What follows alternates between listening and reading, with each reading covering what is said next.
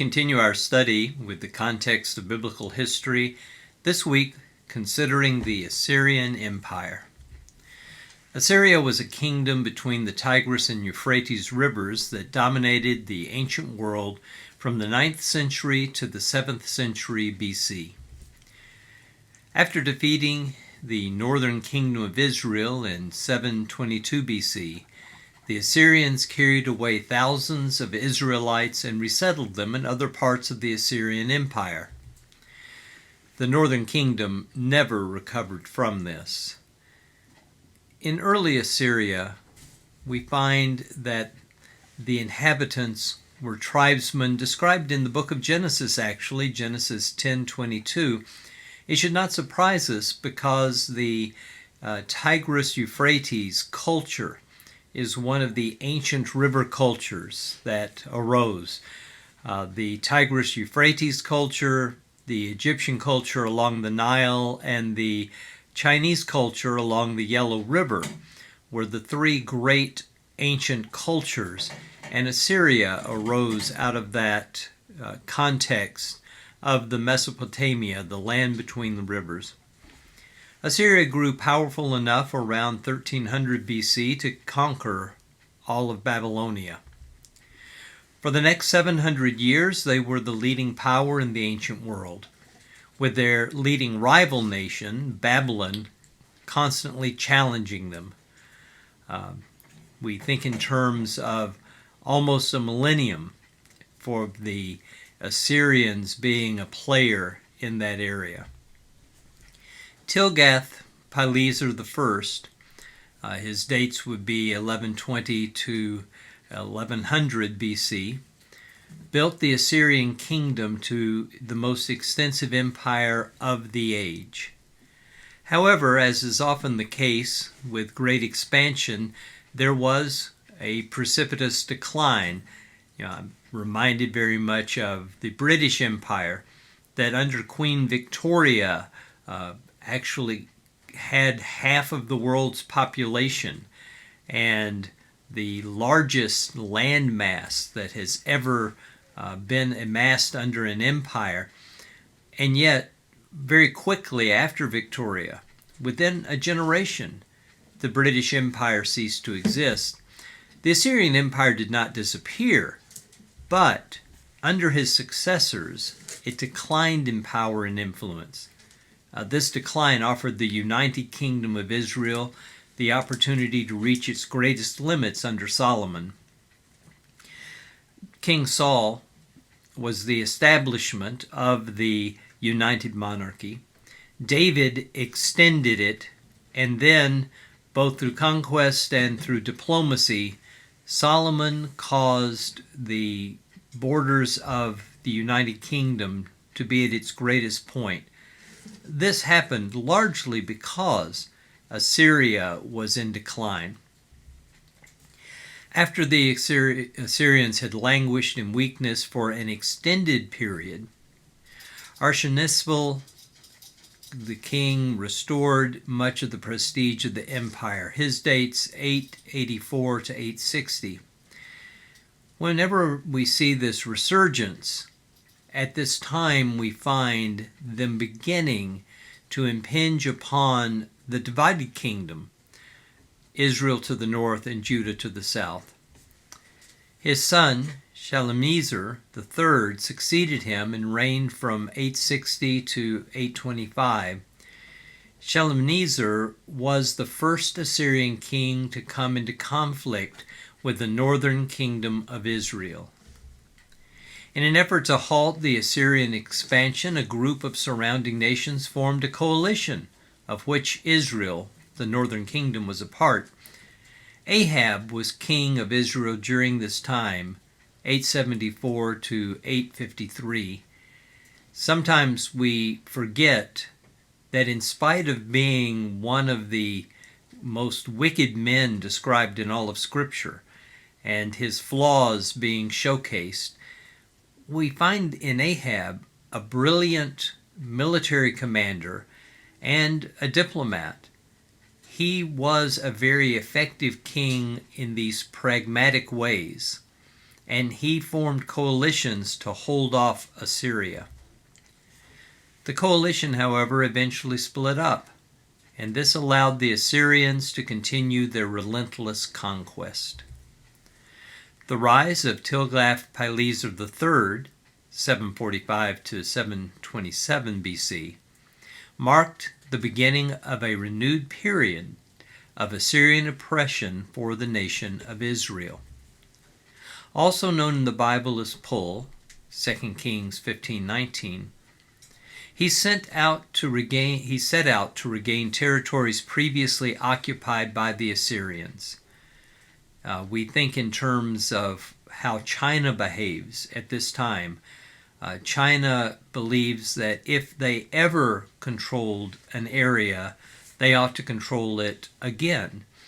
This is the basis under which they overran Tibet, and which they intend eventually to take Taiwan. Pul, Tiglath-Pileser III, was resisted by a coalition led by Rezin of Damascus and Pekah of Israel. Now, Rezin of Damascus was the leader of a nation known as Syria.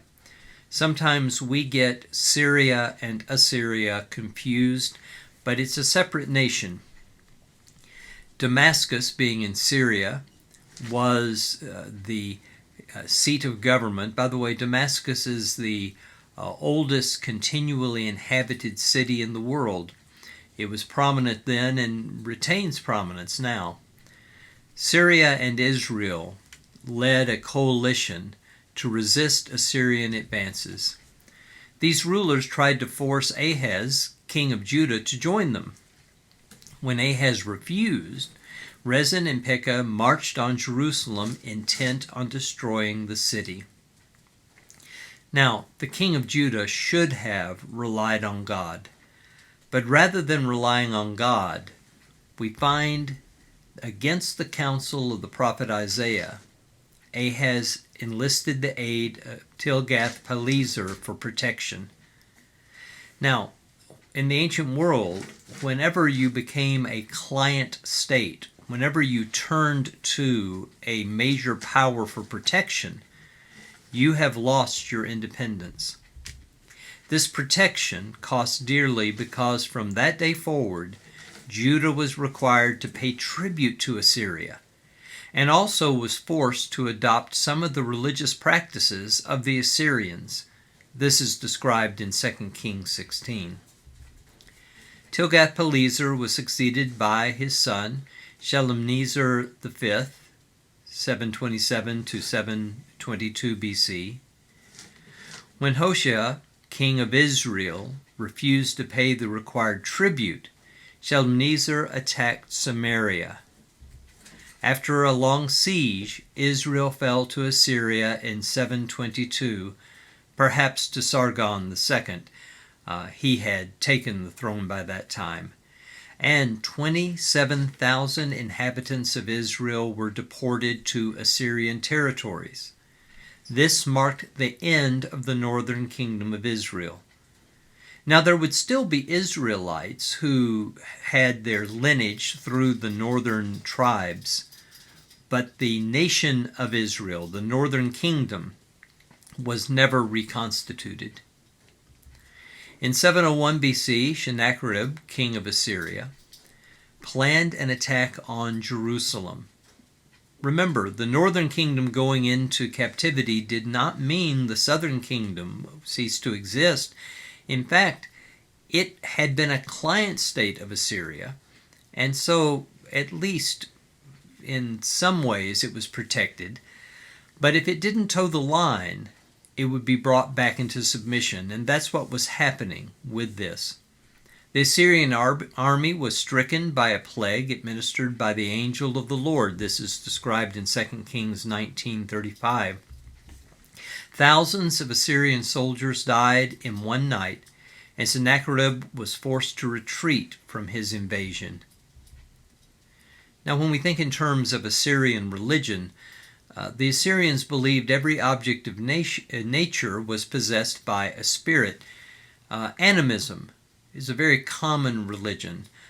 We find this in East Asia with the Shinto faith and others. The Assyrians had a chief god whose name was Ashur, and it is from Ashur that Assyria came to be named. The pagan worship of the Assyrians was soundly condemned by several prophets of the Old Testament. We read of this in Isaiah 10:5, Ezekiel 16:28, and Hosea 8, verse 9. The Assyrians served as a template of evil and cruelty. They served as a template of what paganism would produce. We, of course, have the interesting instance of Jonah and the Assyrians. Because of the cruelty and paganism of the Assyrians, the Hebrew people harbored deep-seated hostility against this nation. This was the nation that had caused them the most grief. And not just the Hebrew people in general, but the northern kingdom. Remember that Jonah was from the area of Galilee. He was from the northern kingdom. This attitude of opposition to Assyria comes through very clearly in the book of Jonah. When God instructed Jonah to preach to Nineveh, the capital of Assyria, Jonah tried to avoid going. Famously, he got into a ship and attempted to sail to the furthest end of the world, to Tarshish at the far end of the Mediterranean. There are two cities called Tarshish in the Bible. Saul of Tarshish, the Apostle Paul, was from Asia Minor, Turkey. But this Tarshish would be in Spain, the far end of the Mediterranean, the end of the world in the ancient world's view of things. But Jonah, of course, was apprehended, God sending a storm, and Jonah eventually being swallowed by a great sea creature. After 3 days, he was returned to dry land, and learning his lesson, he went to Nineveh. But after he went to Nineveh and preached, he was disappointed. He was disappointed with God because God spared the city. Jonah said, "I knew that you would show mercy," and God did. What do we see with the empire of Assyria? Two things in particular. First of all, God's providence. Yes, the Assyrians were evil. The Assyrians were cruel. They were the ones who actually created the form of torture we know as crucifixion. They were known for treating their enemies in a most inhumane way. Further, they were pagan. They did not follow the true God, although they did turn to him with the preaching of Jonah. It was only for a period of time. For the most part, they were godless people.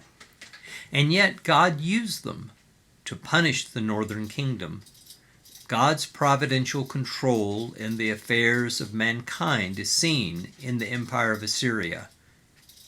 And God's mercy.